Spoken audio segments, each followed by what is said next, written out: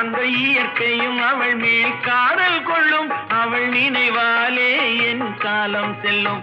நான் பார்த்ததிலே அவள் ஒருத்தியை தான் நல்ல அழகி என்பேன், நல்ல அழகி என்பேன்.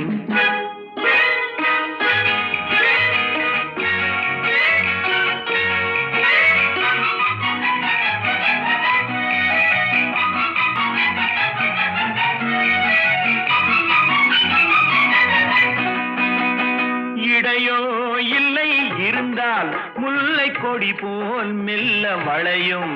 சின்ன குடை போல் விரியும் இமையும் விழியும் பார்த்தால் ஆசை விளையும். அந்த பூமகள் திருமுகம் மேலே குளிர் புன்னகை வருவதனாலே நிலவு